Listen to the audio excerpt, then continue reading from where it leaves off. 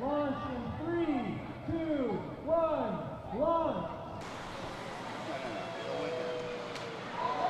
This is the annual egg drop. Students make contraptions that are supposed to carry an egg from the 5th floor roof of this building to the ground safely.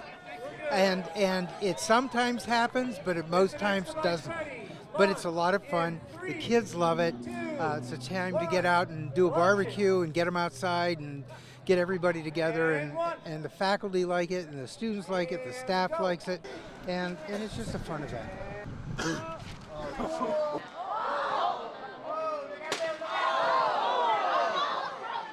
I think that it went all right. I was kind of inspired by Da Vinci's drawings. I just had the idea of a parachute. That was the thing that made the most sense to me. A little too windy for it though, so it did some flipping. The egg is all right, so that's good.